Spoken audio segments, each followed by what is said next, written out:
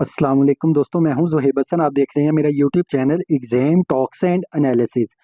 दोस्तों, daily basis पे हम डॉन न्यूज़पेपर को कवर करते हैं, उसका एडिटोरियल पेज के जो आर्टिकल्स होते हैं और उसके ओपिनियन पेज के जो आर्टिकल्स होते हैं, दोनों को कवर करते हैं। लेकिन दोनों के लिए अलग अलग से वीडियो बनाते हैं। ये हमारे एडिटोरियल के आर्टिकल्स की वीडियो है 18 अगस्त 2025 की। देखते हैं कि इसके अंदर कौन कौन से आर्टिकल हम डिस्कस करने जा रहे हैं। पहला आर्टिकल है हमारा नो इजी पाथ के नाम से। दोस्तों, ये हमारा इकोनॉमी के बारे में है कि राइटर देखते हैं कि इकोनॉमी के बारे में हमें क्या इन्फॉर्मेशन देता है। दोस्तों, राइटर ये कहता है कि पाकिस्तान की अब जो इकोनॉमी की कंडीशन है वो पहले से बेहतर है, इम्प्रूव हो चुकी है, लेकिन अभी भी कुछ चैलेंजेस हैं। क्या वो अभी डिस्कस करते हैं। दोस्तों, जो अगर हम इन्फ्लेशन की बात करें तो अब जो महंगाई है वो पाकिस्तान में बहुत हद तक कम हो गई है। आप देखें, एक वक्त ऐसा भी था कि ये महंगाई 30% तक तकरीबन पहुंच चुकी थी। अब ये सिंगल डिजिट में आ गई है। इसका मतलब हमारा जो इन्फ्लेशन है वो काफ़ी हद तक कम हो गया है। अगर हम रिजर्व्स की बात करें तो तकरीबन 14 हमारे पास $14 बिलियन के हमारे पास रिजर्व्स पड़े हुए हैं। इसका मतलब कि पहले से बेहतर है, इनफ नहीं है, पहले से बेहतर है। करंट अकाउंट की बात करें तो पहले ये माइनस में होता था, अब ये सरप्लस हो गया है, मतलब कि यहाँ से भी अब हमें नुकसान नहीं हो रहा। फिस्कल डेफिसिट की बात करूं दोस्तों, वो भी कम हो गया है। आईएमएफ की जो ऑस्टेरिटी पॉलिसीज थी उसकी वजह से, उस पर अमल करने की वजह से दोस्तों, राइटर ये कहता है कि मुल्क के अंदर स्टेबिलिटी आई है। हमारी जो लार्ज मैन्युफैक्चरिंग इंडस्ट्री है दोस्तों, वो लास्ट ईयर उसने कुछ अच्छा परफॉर्म नहीं किया, बल्कि 0.74% वो यानी कि उसकी ग्रोथ कम हुई है। अगर हम टारगेट की बात करें अपने जीडीपी की, तो हमारा लास्ट टाइम टारगेट था 3.5%, लेकिन आप देखेंगे हमारा 2.7% हमने तकरीबन अचीव किया था। इंडस्ट्री जो है दोस्तों, ये 3 सालों से पाकिस्तान की सफ़र कर रही है। उसकी वजह यह है कि पाकिस्तान के अंदर एनर्जी प्राइसेस बहुत ज़्यादा है, और जो कर्जे वगैरह मिलते हैं वो उस पर सूद भी बहुत ज़्यादा पड़ता है, जिसकी वजह से लोगों के लिए कारोबार करना आसान नहीं रहा। और यहाँ पे टेररिस्ट एक्टिविटीज़ होती हैं, आप देखें दहशतगर्दी होती है, जिसकी वजह से कारोबार में यानी कि इश्यूज आते हैं। अगर हम टैक्सेस की बात करें दोस्तों, वो टैक्सेस भी इंडस्ट्री पे या हमारी प्रोडक्ट्स पे बहुत ज़्यादा लग जाता है। हमारी इवन के जो पॉलिसीज बनती हैं वो भी अनसर्टेन होती हैं, मतलब कि 5 साल पूरे तो कोई प्राइम मिनिस्टर करता नहीं है, जो भी नया बंदा आता है अपनी नई पॉलिसी बना लेता है। इसके अलावा दोस्तों कुछ ऐसी यानी कि चीज़ें हैं जिसको हम इम्पोर्ट्स करना चाहते हैं, लेकिन उस पर भी पाबंदी लगाई हुई है। जीडीपी की ग्रोथ अब लास्ट ईयर हम जस्ट 2.7% ही दोस्तों अचीव कर सकें, इसके ज़्यादा हमने अचीव नहीं किया, कि हमारा टारगेट 3.5% का था। इसका मतलब ये हुआ कि कुछ बेहतरी भी आई है, लेकिन उतनी बेहतरी नहीं आई जितनी होनी चाहिए थी।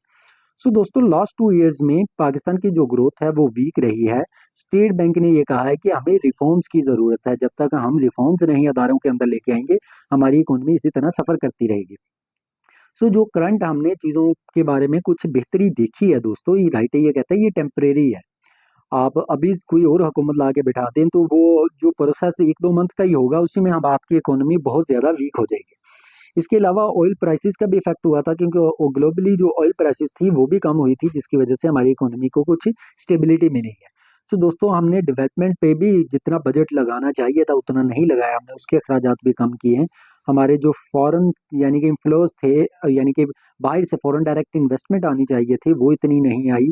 इसके अलावा हमारे रेमिटेंसीज पहले से बेहतर हुए हैं। आप देखें, पॉजिटिव नेगेटिव पॉइंट दोनों को डिस्कस करते जा रहे हैं। हमारी जो इम्पोर्ट्स हैं हमने उसको कंट्रोल किया, हर चीज़ को हमने इम्पोर्ट इम्पोर्ट पे मतलब ज़्यादा पाबंदी लगाई, क्योंकि इस पे डॉलर देने पड़ने थे। फिर ही चीज़ें आप बाहर से अपने मुल्क मंगवा सकते हो, तो आपने हमने इम्पोर्ट्स को कंट्रोल कर लिया, जिसकी वजह से करंट अकाउंट डेफिसिट भी सरप्लस चला गया। हालांकि चाहिए तो ये था कि हम अपनी एक्सपोर्ट्स को बढ़ाते हैं, अब एक्सपोर्ट्स इतनी नहीं बढ़ी। इम्प्रूवमेंट जो है, राइटर ये कहता है ये फ्रेजाइल है, ये वीक है। हमें अभी भी रिफॉर्म्स की ज़रूरत है। जब तक हम रिफॉर्म्स नहीं कर लेते, हमारी इकोनॉमी इसी तरह से वीक रहेगी। दोस्तों, ये हमारा पहला आर्टिकल था। दोस्तों, अब चलते हैं अपने दूसरे आर्टिकल पे, जो कि हमारा नेशनल ड्रिफ्ट के नाम से। दोस्तों, एक बात आपको और कहता चलूँ, मेरी वीडियो अगर आपको पसंद आती है तो काइंडली इसे सब्सक्राइब लाजमी करें। इसके अलावा अगर कोई CSS PMS PPSC FPSC की तैयारी करना चाहता है ऑनलाइन, तो वो जूम ऐप के थ्रू हम तैयारी भी करवाते हैं, वो मुझसे रब्ता कर सकता है या मुझे कमेंट कर सकता है। या कोई गाइडेंस चाहता है तो उसे बिल्कुल free of cost guidance provide की जाती है, आप गाइडेंस भी ले सकते हैं। दोस्तों, चलते हैं अपने नेक्स्ट आर्टिकल पे, जो कि हमारा नेशनल ड्रिफ्ट के नाम से। दोस्तों, पाकिस्तान जो है, आप देखें कि राइटर ये कहता है जो जिना का विजन था उससे बहुत दूर है। जो जिना चाहते थे, जिस वजह से पाकिस्तान बनाया गया था, उससे हम बहुत दूर है। गवर्नमेंट ने जो एड चलाई है दोस्तों इंडिपेंडेंस डे पे, उसमें जिना साहब को तो गायब भी कर दिया गया है। मतलब जिस इंसान ने पाकिस्तान को बनाया, 14 अगस्त में 14 अगस्त की तकरीबात में जो बैनर्स लगे हुए, उस बैनर्स के अंदर कायदे आजम की तस्वीर नहीं थी। सो जब अपोजिशन ने ये क्वेश्चन रेज किया तो लॉ मिनिस्टर ने कहा कि मुझे खुद नहीं इसके बारे में पता था कि ऐसा क्यों हुआ या किसने किया। प्रेजेंट जितने भी लीडर्स थे उनकी उनकी यानी कि फोटो तो थी, लेकिन जिसने पाकिस्तान बनाया पोस्टर्स में उसकी फोटो नहीं थी। इंडिपेंडेंस डे दोस्तों ये मतलब क्या था, राइटर कहता है कि इंडिपेंडेंस डे जो हमारे फाउंडर्स थे जिन्होंने इस मुल्क को बनाया है उसकी याद में हम मनाते हैं उनको, यानी कि हमने उनकी जो खिदमात होती हैं उसको उजागर करने की जरूरत होती है। सो मिलिट्री सक्सेस की अगर आपने बात करनी, राइटर कहता है, तो उसके लिए तो डिफेंस डे है। आप डिफेंस डे को जिस तरह मर्जी मिलिट्री सक्सेस की को प्रमोट करें। सो अगर हम अवार्ड्स की बात करें तो देखें 14 अगस्त को जो अवार्ड दिए गए हैं दोस्तों, अवार्ड जो है वो राइटर ये कहता है जो पॉलिटिकली जो हुकूमत के लॉयल पर्सन थे जस्ट उनको दिए गए हैं। इसके अलावा कैबिनेट के कुछ मेंबर्स को दे दिए गए हैं। कहा यह गया है कि ये जो कैबिनेट के मेंबर्स थे ये सारी सारी रात जंग के दौरान काम करते रहे हैं, जो इंडिया पाकिस्तान की जंग लगी थी इन्होंने दिन रात काम किया है, इस वजह से इनका हक बनता है। 8 लॉ मेकर्स थे जिनको इस वजह से अवार्ड दिया गया है क्योंकि जब ये जंग लगी है तो इसके बाद फॉरेन ट्रिप्स इन्होंने किया इन 8 बंदों ने और जाके पाकिस्तान का मुकदमा दुनिया में लड़ा इस वजह से। यानी कि आप देखें कि एक सेल ही लगाई हुई है कि यानी कि ये जो अवार्ड्स देने थे उसकी प्राइम मिनिस्टर को भी दिया जाना था, लेकिन प्राइम मिनिस्टर ने कहा कि मैं तो ये नहीं लेता, उसने लेने से इनकार कर दिया। सो रिजल्ट की अगर हम बात करें दोस्तों, राइट है ये कहता है इंडिपेंडेंस डे जो होता है ये कायद का विजन को फॉलो नहीं किया गया इस पे, इसमें जस्ट पॉलिटिशियंस ने अपनी यानी कि तशहीर की है और इसके अलावा कुछ नहीं किया। सो दोस्तों चलते हैं अपने तीसरे आर्टिकल पे जो कि हॉकीज वॉइस के नाम से।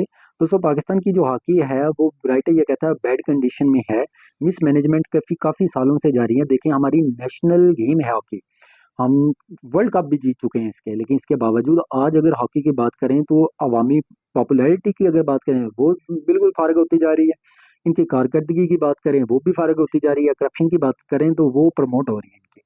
सो प्लेयर जो है उनको सैलरीज तक नहीं दी जा रही, टीम के पास पैसे नहीं है कि वो इवेंट्स खेल सकें। ये एक प्रो लीग हो रही है FIH के नाम से दोस्तों, ये टॉप इवेंट होता है, पाकिस्तान इसका पार्ट नहीं है। लेकिन इसका पार्ट के लिए अब जो पाकिस्तान हॉकी फेडरेशन है वो हुकूमत पाकिस्तान को कह रही है कि हमें 350 मिलियन रुपीस दिए जाएं। अब गवर्नमेंट जो है वो हॉकी फेडरेशन पे ट्रस्ट नहीं करती। अब जो स्पोर्ट्स बोर्ड था उसने कहा कि अकाउंट डिटेल्स तो दें, जो हमने पहले पैसे दिए हैं क्या वो करप्शन की नजर तो नहीं होगी। अब वो जो पैसे थे उसका होल्ड जो यानी कि रिकॉर्ड था वो तो हुकूमत को नहीं दिया हॉकी फेडरेशन ने, जिसकी वजह से हुकूमत भी उन पर ट्रस्ट नहीं कर रही। अब पाकिस्तान को ये जो लीग खेलने का चांस पैदा हो गया क्योंकि न्यूजीलैंड ने खेलने से मना कर दिया, वो यानी कि खेलने से बाहर आ गया, जिसकी वजह से पाकिस्तान के पास चांस है कि पाकिस्तान खेल सकता है अगर पाकिस्तान चाहे। सो गवर्नमेंट अब सोच रही है कि क्या पैसे दें या ना दें, क्योंकि पैसे होंगे तो वो खेलेंगे जाके। सो राइटर ये कहता है कि खेलने का फायदा एक तो ये होगा कि टीम को बड़ी टीमें जो हैं ममालिक की उनसे खेलने का मौका मिलेगा, लेकिन इसकी बैड साइड एक ये है कि जो हॉकी फेडरेशन है उसकी हिस्ट्री जो है कि पैसे दे के करप्शन की नजर हो जाती है, हिस्ट्री अच्छी नहीं है। सो गवर्नमेंट को राइटर ये कहता है कि टीम की हेल्प करनी चाहिए, लेकिन जो